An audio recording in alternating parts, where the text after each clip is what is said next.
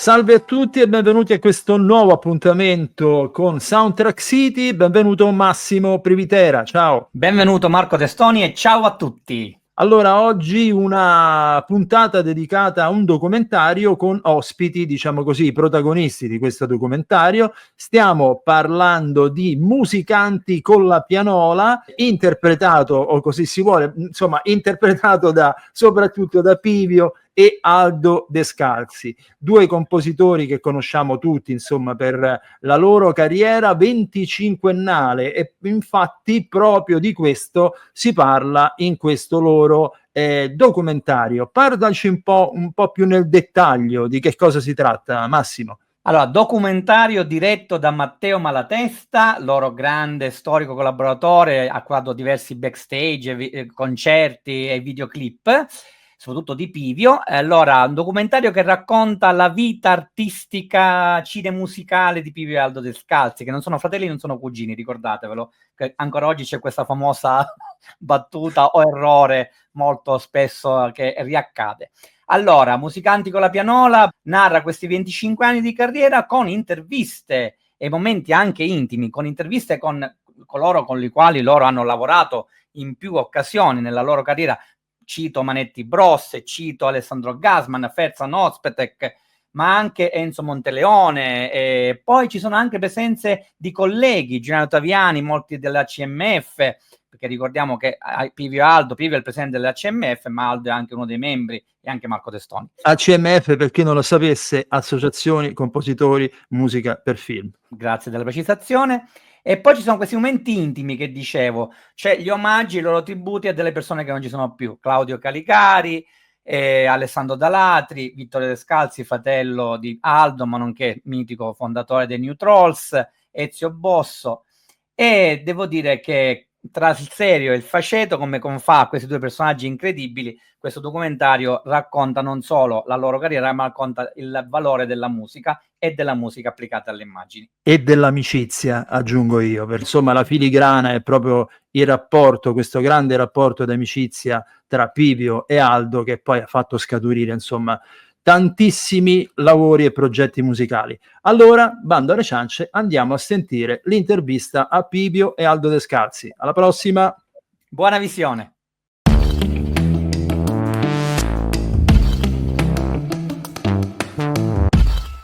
Rieccoci qui, allora Pivio e Aldo Descalzi. Ciao Aldo, ciao Pivio. Ciao a tutti, ciao. Musicanti con la pianola, un titolo che già la racconta sui contenuti e lo spirito e lo stile dei contenuti. Provengo proprio dalla visione di questo documentario, quindi ho delle domande belle calde. Vi voglio dire, mi sono segnato delle keyword proprio legate a questo film: Genova, amicizia, musica, poesia, sincerità, ironia, storia. Questo è quello che mi è venuto concentrato dopo la visione del vostro film. Inizio però dalla prima, che è Genova. Cioè, nel vostro documentario trapela un amore per la vostra città che a me non sorprende per nulla. Credo che sia stata una sorta di stella polare da seguire, questo del vostro legame con la città, con i musicisti della vostra città. Noi siamo abituati, ogni volta che si pensa a Genova, alla famosa scuola genovese di cantautori, non ve li cito tutti quanti che tanto li conoscete a memoria, ma Genova è stata anche dell'altro, è stato anche il prog, è stato anche il punk. Ecco, di quel periodo lì se ne è sempre parlato poco. In questo documentario voi ne parlate. Mi sembra di capire che Aldo molto, almeno all'inizio, è orientato sul prog, e Pivio invece anche diciamo un po' più estremo, un po' più radicale, un po' più sul punk. Ecco, che tutto gira intorno a Genova. Ce lo raccontate un po' oggi? Tanto mi fa piacere che hai messo al primo posto Genova, ma anche perché è un omaggio evidente. E noi tanto amiamo la nostra città quanto tu ben sai che i genovesi sono specialisti nel mugugno. Siamo dei grandissimi mugugnoni e questo te lo voglio ribadire e sottolineare dicendo: se la città si accorgesse di quanto abbiamo parlato in questo documentario. Io dico sempre che il proverbio Nemo profeta in patria è nato a Genova, però invece devo dire che in questo caso, per esempio, noi abbiamo fatto 2 bellissime proiezioni a Genova e tutte e 2 sold out, quindi in questo caso è stata molto generosa.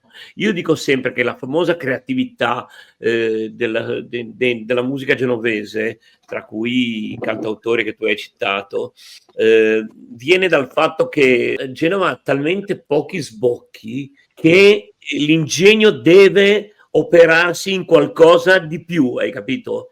E questo fa nascere cose che l'umano non è in grado. Quindi tu dici quasi da una mancanza c'è il bisogno, l'esigenza di riempire questa mancanza? Ma sì, cioè è sempre stato così, cioè voglio dire, è una cosa evidente, non per niente anche nella musica in generale, nelle canzoni, nelle espressioni poetiche, nei paesi più devastati e più con problemi ad esportare le proprie idee, che nascono le cose migliori. Quindi, certo. Cioè, sì. Per dirla alla Faber, dal letame nascono i fiori, no? E quindi siamo letami. Biocompostabili, ecco, mettiamola così, dai. Meglio compostabile, dai. Senti, invece a Pibio chiedo un'altra cosa e poi Massimo vai te, parlo di ironia e sincerità, no? Allora io voglio dire che questo è un documentario dove si parla di argomenti per molta gente considerati di nicchia, no? La musica per immagini, no? Mentre c'è un mondo dietro con una tradizione pazzesca in Italia e via dicendo. Però vedere questi 2 omaccioni commuoversi ed avere il coraggio di farlo davanti a delle telecamere, più un'altra cosa fondamentale di cui gli faccio i complimenti, fare un film del genere c'è sempre il pericolo di diventare autoreferenziali. Bene, loro sono riusciti a non esserlo totalmente, con grande ironia che c'è dall'inizio alla fine, non ti molla mai. Per quanto riguarda questo approccio che avete avuto al film, Pivio, c'è stato un ragionamento dietro o semplicemente siete stati quello che siete stati, così, naturali?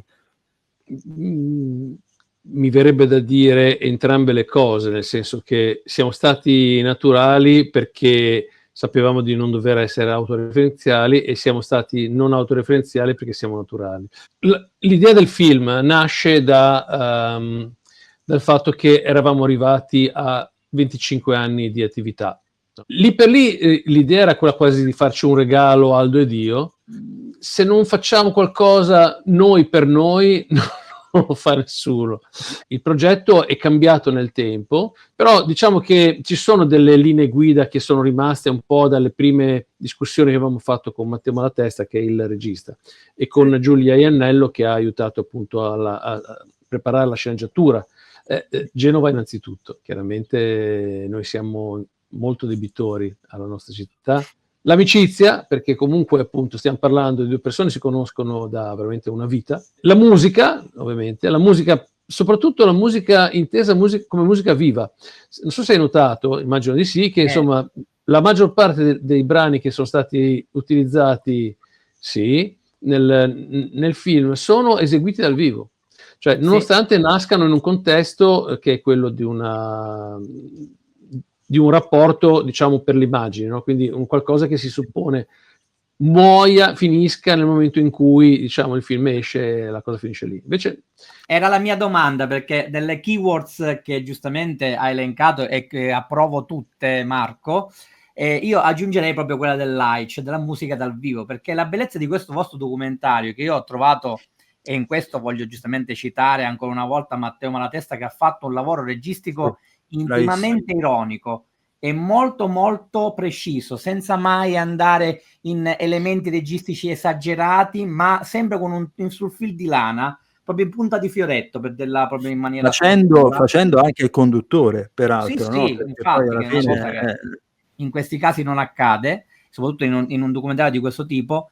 Ma la cosa che mi è piaciuta e che mi ha colpito in particolar modo è che, vi devo dire, mi ha emozionato anche nei momenti di massima commozione, perché ce ne sono, a parte il duo comico Pivio e Aldo Descalzi, perché sono straordinari quando, cioè, loro potevano fare anche un altro mestiere oltre ai musicisti e i compositori, ma è proprio quello della musica dal vivo, cioè tutti i pezzi che si sentono sono tutti proprio dal vivo. E poi non vorrei svelare troppo, perché secondo me è un tocco di finezza e di eleganza non da poco, questa presenza di questi personaggi che camminano per le vie di Genova, che poi si troveranno tutti, e non dico altro perché lo dovete vedere. E anche lì devo dire che quel momento topico mi ha fatto versare qualche lacrimuccia, ve lo dico proprio. È una citazione dei Beatles voluta, quella, senza dire niente, senza dire niente. Assolutamente sì. Assolutamente. Ok, va bene. No, tra l'altro ci sono diverse citazioni in qualche modo volontarie e forse alcune involontarie. C'è per esempio una inquadratura in cui Matteo, Aldo ed io camminiamo per Roma in fila, e lì c'è un evidente richiamo a Abbey Road, quindi vabbè. Fatto però a Roma e da noi e in tre, quindi insomma è tutto un po' approssimativo, ecco. Questa cosa dell'utilizzare tutta la vostra vita musicale dal vivo, live, l'avevate già pensata in fase di scrittura o vi è venuta spontaneamente fuori poi in fase di montaggio, di realizzazione? L'idea del documentario nasce, la stesura della sceneggiatura nasce con la voglia di non mettere musiche nostre nel documentario, che però è impossibile. Però una follia proprio. No, però noi siamo quello che siamo. Mirato giallo poi. Che cazzo, no? Facciamo didascalico, quello nasce muore nel. Tra l'altro nella prima stesura io dovevo morire alla fine, ma non ce l'abbiamo fatta. Comunque, a parte questo, no? Veramente c'era questa idea. Far tutto a fine così. Esatto, però poi invece l'idea si è più intelligente, meno punk, diciamo, è stata quella di appunto di prendere sì le nostre musiche, ma in modo diverso, cioè anche oltre che dal vivo ci sono per esempio gli artisti di strada che fanno alcuni nostri brani, quindi una roba veramente fuori dal contesto. Insomma, a noi ci piace stare e rischiare, no? Siamo tutto cazzo di mestiere che non è quello in cui, come dico sempre, dopo un minuto devi fare entrare il ritornello, hai capito? Quindi no, infatti una cosa, scusa, che è bellissima, avete fatto delle transizioni fantastiche, che quelle sono la vendetta del musicista sulla post-produzione, che diciamo finalmente faccio quello che dico io, e hanno fatto delle cose bellissime a livello di transizione da musica live a musica registrata, da un pezzo a un altro. Complimenti anche in quello. Guarda, questa cosa in questo momento, adesso non entro nei dettagli tecnici, ma ci sta costando perché la produzione, nel nome di, non faccio nomi, però sta tirando fuori delle argomentazioni di sbalzi di pellicola, non va bene, cioè è chiaro che è tutto voluto e cercato, no? È una cifra artistica, cioè come dire, è come iniziare un brano con la puntina, con il rumore della puntina, no? No, cioè, disturba, ho capito, ma è una scelta artistica, non è, vabbè, però non voglio entrare come vi comprendo. Che Zappa vi protegga dall'alcol. Viva Frank.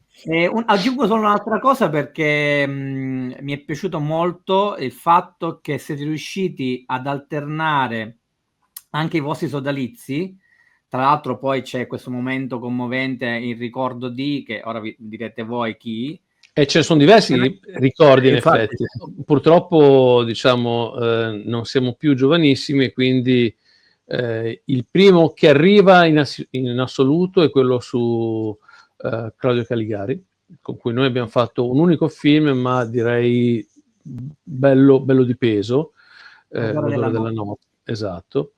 Poi c'è un ricordo da Alessandro Dalatri, è la registrazione che era rimasta, diciamo, da una chat su WhatsApp quando ho avuto la notizia assolutamente inaspettata.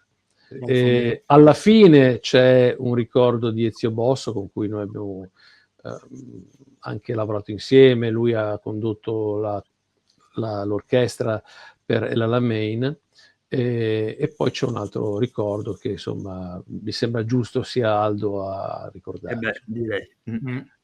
Sì, quello di mio fratello, combinazione in quegli anni lì proprio è successo di mio fratello e da Latri poco dopo, quindi sono le cose che ci hanno più colpito.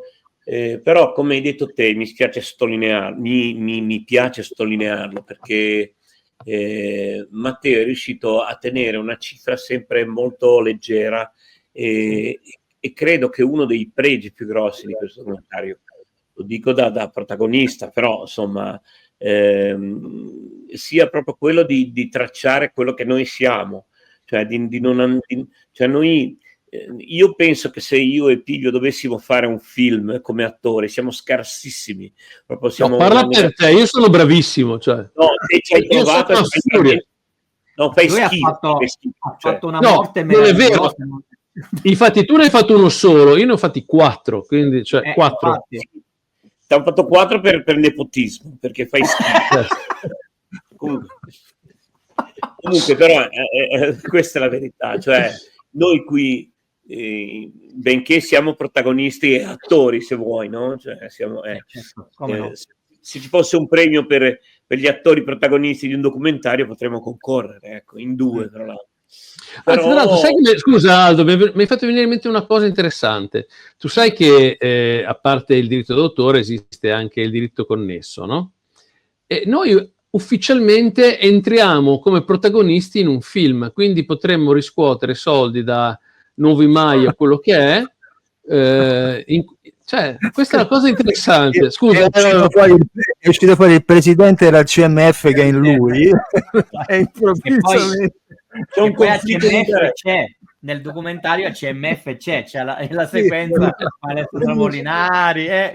Comunque voi scherzate, ma allora adesso voi, se avete il computer davanti, digitate Aldo Descalzi su Google, c'è scritto Aldo Descalzi è un attore, c'è scritto. A me succede, non capisco perché, è una roba che però fa un po' paura, perché vuol dire che proprio il musicista proprio non è un mestiere. È la sigla dell'attore. È vero, hai ragione, è stupendo. No, è bellissimo. Cioè, Aldo Descalzi è un attore italiano, produttore, aspetta, allora ti voglio dire un'altra cosa che non sapete. Io oggi, per cercare di leggere la bio di Matteo Malatesta, ho googolato Matteo Malatesta e vedete chi esce nella fotografia. Digita chi esce. Pivio! No, Pivio è meraviglioso. Matteo Malatesta è Pivio. Perché?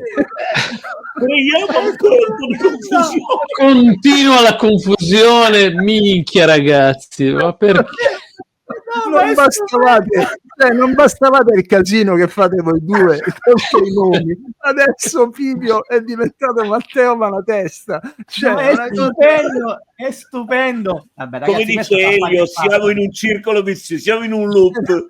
Non se ne esce, anzi sta peggiorando. Sta peggiorando sempre di più. Vabbè, è meglio così. Scusate, tornando seri per un attimo, veramente volevo tessere le lodi del povero Malatesta, perché già fu Pivio, sono i complimenti che sento in tutte le proiezioni che abbiamo fatto, più che i complimenti è questa cosa di far vedere noi come siamo. Voi ci conoscete, noi quello siamo, cioè non se ne esce. Nel bene e nel male, per fortuna nel bene, perché poi siamo abbastanza ironici, autoironici, e negli anni abbiamo anche fatto così, quindi devo fargli i miei complimenti, insomma non c'è, e tutto questo, quello che hai detto tu all'inizio, cioè il non essere autocelebrativi, è merito suo, perché lui riesce, forse è merito anche nostro, perché non lo siamo neanche quando siamo di fronte ai David, a parte che quello mi ha dato morto ai David, ma quello è un altro discorso, però è riuscito a far noi siamo quello che siamo, insomma. Lui ha colto, secondo me, proprio lo spirito E c'era un grande regista con cui chissà, forse voi avete lavorato, che un giorno mi disse: se è un attore è un cane, fa lavorare male anche gli altri attori che diventano cani. Se un attore è in grado, soprattutto se è spalla, è in grado di offrire gli argomenti giusti, condurre le danze, esce fuori lo spirito di Pio e Aldo. Quindi ecco, io mi chiedo, da quanto conoscete Matteo Malatesta? No, è un po'. In effetti lui aveva fatto di già fatto diretto, aveva fatto la registrazione di un concerto che noi abbiamo fatto a Genova alla CLAC, e che comunque in qualche modo contiene qualcosa che poi si è sviluppato nel film. Poi ha seguito noi nel tempo, ha anche fatto dei videoclip per noi, insomma, quindi ci conosciamo ormai. Tra l'altro, appunto, nel film è riuscito anche a cogliere dei momenti abbastanza particolari, perché per esempio c'è un momento che è il momento della nascita di una canzone che noi abbiamo realizzato per i Manetti, ma che in realtà poi è dedicata a Vittorio, e lui era proprio presente in quel momento, cioè, quindi ha colto quella cosa strana che non si riesce mai a spiegare, no? Cioè, com'è che nasce una cosa, no? Non so se lui è riuscito a spiegare come nasce, però c'era, ecco, era testimone. Quindi dimostra proprio che il fatto che abbiamo vissuto veramente a lungo e anche in maniera, diciamo, abbastanza complicata, perché comunque questi anni sono anni che risentono in qualche modo del disastro del Covid, quindi molte cose poi le abbiamo fatte anche attraverso delle chat come questa, insomma, cioè ce n'è anche menzione in qualche modo nel film, però insomma siamo riusciti in qualche modo a con un piccolo investimento a creare anche un bel gruppo di lavoro, perché poi comunque Matteo è il regista, ma dietro a tutta la macchina ci sono un po' di persone, sono tutti genovesi, ritengo tecnici tutti molto forti, molto disposti, insomma, a essere garibaldini, no? Cioè a affrontare questa cosa anche con un po' di incoscienza, perché comunque insomma hanno anche fatto cose che normalmente su un set non si fanno, ecco. Il risultato poi, peraltro, ripeto, si vede, ma si vede la trasparenza delle vostre intenzioni e altro. Io lo dico, in questi ultimi mesi, anche diciamo ultimo anno, sono usciti molti documentari musicali, no? Alcuni che peccano esattamente di quello che dicevo io prima, cioè di mancanza di sincerità, di eccesso di autocelebrazione e via discorrendo. Quindi nel caso vostro no, e quindi immagino che non è la gloria solo di voi due, ma anche di tutti, della scelta e della selezione delle persone che vi siete portati dietro. Io però vi volevo dire una cosa, e poi lascio la parola a Massimo, proprio a proposito del live. Io mi sono segnato 2 brani che mi hanno fatto letteralmente impazzire, perché non conoscevo. Uno è Complici del silenzio, è uno di quei temi che poi eseguite anche dal vivo, e poi il Quartetto di Sarajevo, che sono 2 temi estremamente efficaci, incisivi, che rendono non solo sul film, ma rendono anche dal vivo. Ecco, questa è una vostra particolarità rispetto a tanti altri compositori di musica per immagini. Mi chiedo perché non fate delle tournée, diciamo così, un po' più nutrite. Ecco, voi mi direte, certo che... No, anche io me lo chiedo, vabbè. Bella domanda, bella. No, però mi domando se effettivamente c'è stata mai l'intenzione da parte vostra di provare a farlo, o semplicemente uno dice no, sai che c'è, io compongo musica per il cinema, punto. Direi che da quando abbiamo iniziato a fare colonne sonore, in effetti, che il problema del live ce lo siamo sempre posto. Cioè, il problema nostro è che da un lato sono comunque operazioni musicali che richiedono diciamo un investimento non banale, ma non perché serve un'orchestra di 50 elementi, ma il problema comunque è che troviamo veramente grandi difficoltà nel territorio a realizzare delle cose come vorremmo farle. E noi ogni tanto facciamo dei concerti, però sai, sono sempre operazioni spot. Sono faticose perché tu fai prove, organizzi, realizzi tutto quello che serve per fare un concerto, che poi il nostro concerto non è solo noi che suoniamo, ci sono tutta una serie di altre, non so, i video che vogliamo realizzare per dare un po' più di spettacolo, insomma, no? Tutte queste cose qui, se le fai e ne fai una all'anno, No, non ha senso.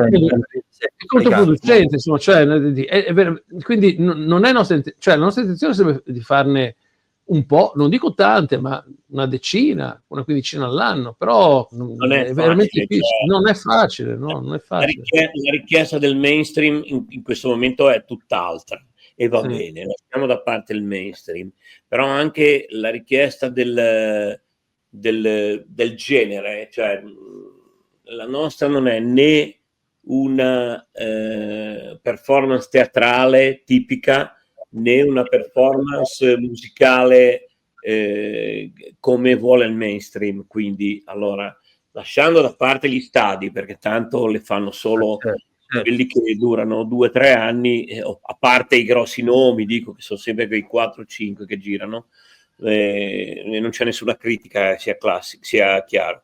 È molto difficile perché, e non è solo un problema di spesa, come diceva Pivio prima, perché noi ci poniamo sempre con dei budget veramente ridicoli rispetto a quelle cifre che si sentono in giro, insomma.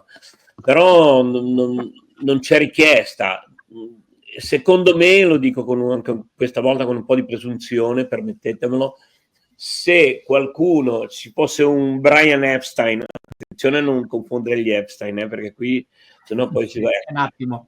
Se ci fosse un Brian Epstein che avesse voglia di rischiare una volta nell'impostare questa cosa, probabilmente dopo le prime 20 date ce ne avremo altre 50. Di questo lo dico con presunzione, ma sono abbastanza convinto perché il progetto ogni volta che l'abbiamo fatto crea attenzione, no? Un po' come il documentario, insomma, che vai lì e dici ma qui il documentario però alla fine ti coinvolge perché noi abbiamo questa prerogativa. Scusate se ho peccato un po' di qui mi sono un po' autocelebrato, dai, un pochino sì, dai. Sì, però è fatto bene. Dai. Io l'ho visto il concerto dal vivo loro e devo dire che avendone visti tanti nel loro genere, perché poi loro ovviamente non stiamo parlando di un concerto con l'orchestra dal vivo, ma sono dei musicisti incredibili e a parte i momenti anche siparietti divertenti, però è proprio musica che funziona benissimo al di fuori delle immagini, quindi è un bel concerto. Comunque vorrei spezzare una lancia, anzi un'arancia su questo fatto. Non è che per forza con l'orchestra si fanno i grandi concerti, nel senso, cioè chi fa musica per cinema non necessariamente deve per forza tirarsi dietro un'orchestra. Loro suonano, fanno musica assolutamente cinematica che ha un senso anche live, peraltro varia perché loro sono tra i compositori che non hanno paura a fare canzoni. Faccio un esempio, e questo può essere molto utile nell'ambito della gestione di un live. Quindi c'è lo strumentale, c'è il vocale, c'è il riferimento alla tradizione del Mediterraneo, della musica del Mediterraneo, ma anche, insomma, c'è tanta roba dentro e io credo che un pubblico l'avrebbe come. Il problema è che in un'era di ciechi e di sordi è difficile. Ma il film, che tipo di distribuzione c'ha e quando si potrà vedere? Ecco, perché quella è la cosa fondamentale. Dove lo possiamo andare a vedere? Dove andiamo? Questa è un'operazione totalmente indipendente. Abbiamo avuto 2 piccoli contributi da parte di una Film Commission, che è quella Ligure, e da parte di Rai Cinema, però è un prodotto di Aldo Descalzi e Pivio, punto. Nel senso che l'abbiamo fatto proprio con la nostra società. E nonostante gli sforzi che abbiamo messo in piedi per riuscire ad avere poi una vera e propria distribuzione, per vari motivi non siamo riusciti a creare una joint venture con qualcun altro, quindi lo stiamo distribuendo noi con le nostre forze.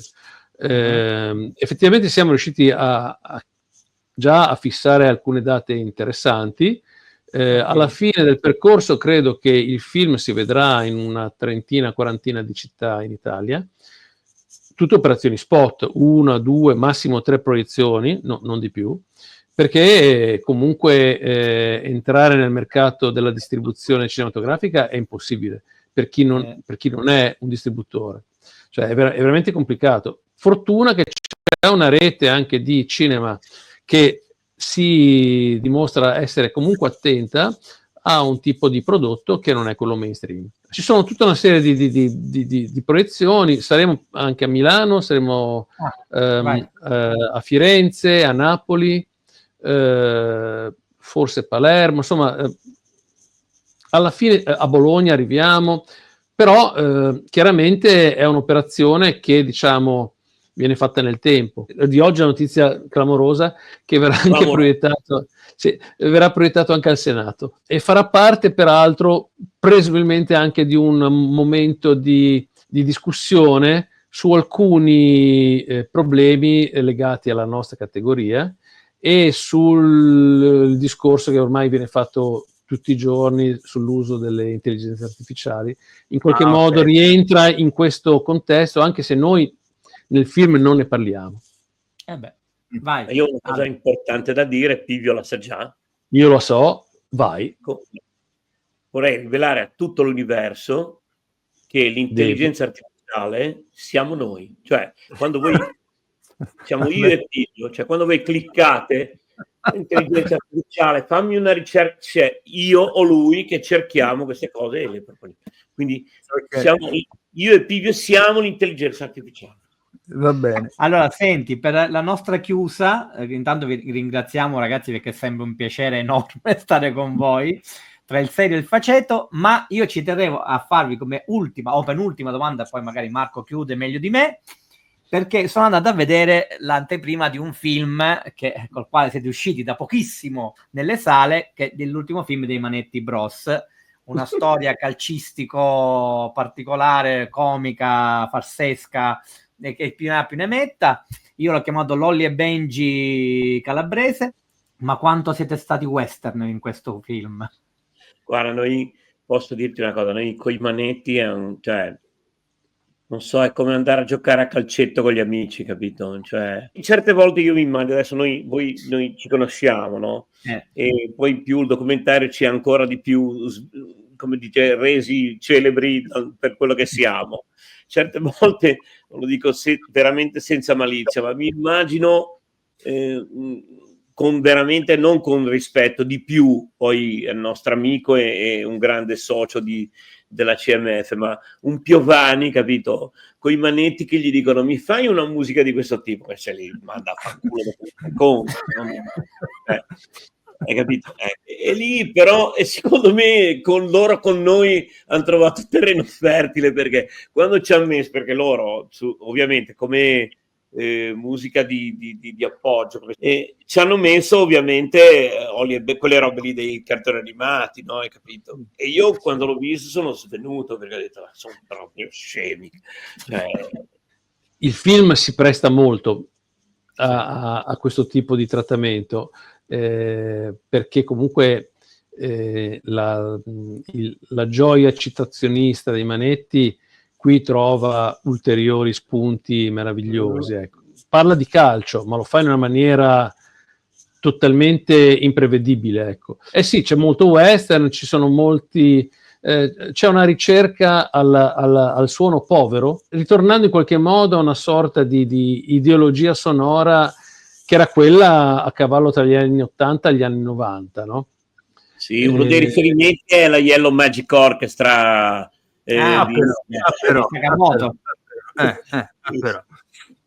Con i western all'italiana, ecco, quindi, esatto. Me lo dite, scusami Pippo se ti ho interrotto, sì. Mi dite di chi è il fischio quasi sfiatato che c'è, che mi ha fatto morire anche quell'uso anche della strafottente del fischio all'Alessandroni. Chi è che ha fischiato di voi due? No, io non sono capace. Nel dolore ti farò ridere ancora di più, visto che hai visto il documentario.